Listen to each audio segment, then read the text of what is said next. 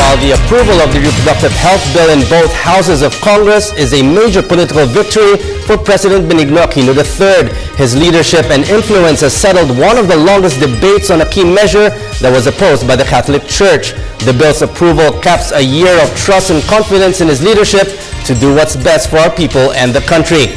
And joining us tonight is Mr. Ramon Casiple, a political analyst who has witnessed the rough ride of the RH bill in the past, only to break the hearts and minds of those who pushed it. Not anymore. President Aquino made it happen, and its approval. Good evening, sir. Good evening. Sir, did you have any doubts that the reproductive health bill will be approved by both houses of Congress? Well, after the endorsement as an urgent bill by the President, there's no doubt. Before that, I think it's a 50-50 proposition, but there are certainly factors that basically supports the view that it will be passed. And that is, of course, the climate now is far different than 14 years ago. So we have seen the President's trust ratings continue at high marks. Some analysts say the ratings was a major factor for his allies in Congress to follow his lead. Your thoughts on this? Well, that is true. The President spent political capital on this. And from his vantage point, where he enjoys so much popularity, that is the one big factor that every politician who is going into the 2013 election will have to look out for. Although he said that he doesn't want it to be a partisan vote, and that everyone should vote based on conscience, the underpinning of the whole exercise is that he wants the legislators to vote for the bill. And it has come to pass, I think, largely this intervention. So what do you think happened? Last week, it was a very close voting. This final reading, the nays had it last week, 104. Now it went down to 79. Did the nominal voting have anything to do with this? Well, I think the major victory was won, not today, but during that voting last week. It was the test of strength, and what the President's endorsement did was just to cement the victory. So the President Aquino has gotten the full support of Congress on almost anything he wants to pursue: the impeachment of former Chief Justice Renato Corona, the passage of the 2013 national budget, and the RH bill, and hopefully the Freedom of Information bill. Sir, could you tell us why? Well, as I've said, the major factor there is the President has enjoyed the popularity that he has now. It is a vital factor in all the congressional bills. In fact, to be sure, it's not only the RH bill passed today. The FOI bill was passed also third reading in the Senate, and also the Human Rights Compensation bill. And these are the bills that would normally be subjected to presidential intervention to pass. So 14 years, how important is the RH bill to our country? Well, as a measure, it is a major policy statement that can guide the nation in the specific sectors of personal life, marriage life, poverty, etc. It has a lot of fields to cover.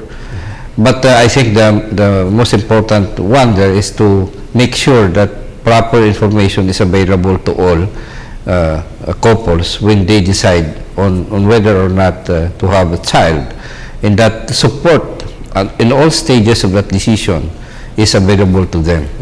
So what else do you think needs to be done? The RH bill now going to be passed. What else needs to be able to actually alleviate poverty and not minimize the number of children being born every day?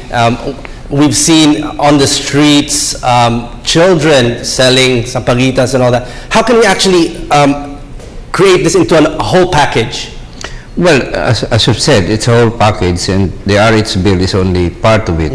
You need to have a comprehensive anti-poverty program on dealing on the various aspects of the phenomenon.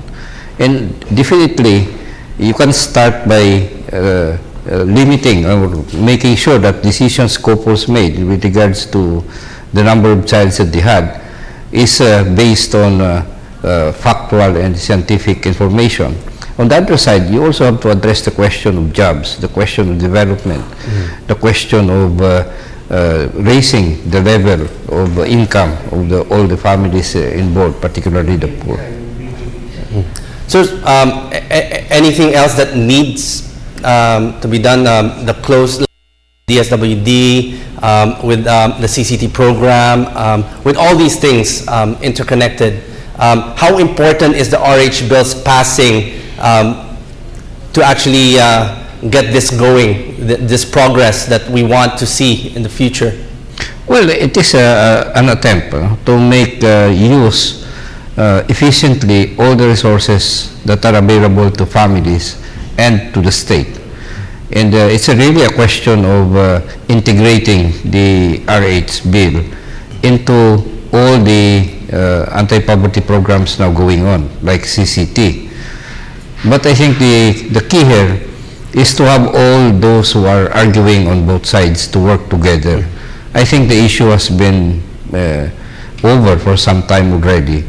The need today, I think, is for both the church and the state to address, of course, based on their own framework, to address the question of poverty. So I asked Senator Marcos a while ago, the best age for children to actually learn sexual education in schools? Well, if you're thinking of actual human sexual education, that would be at an age where the children are becoming adults. That is in the teenage, in grade 5, grade 6 is a good age to start. But I think you should have a foundation first with regards, for example, biology and so on, and values that are fundamental to families should be there even before the children reach that age, so that they can put into the proper framework the sex education. And sir, finally, after the reproductive health bill, what else should be passed? Congress resumes sessions in mid-January and will finish before the end of March. Well, we have a lot of reform bills, and one, of course, is the Freedom of Information Bill. We have the Human Rights Compensation Bill. We have the Political Party Reform Bill. There are, of course, taxation bills, like the sin taxes, and so forth. It's all in the rest of the urgent bills that Malacanang had. Sir, and a final word from you. 14 years, and now you see the RH bill nearly closing to be signed into a bill.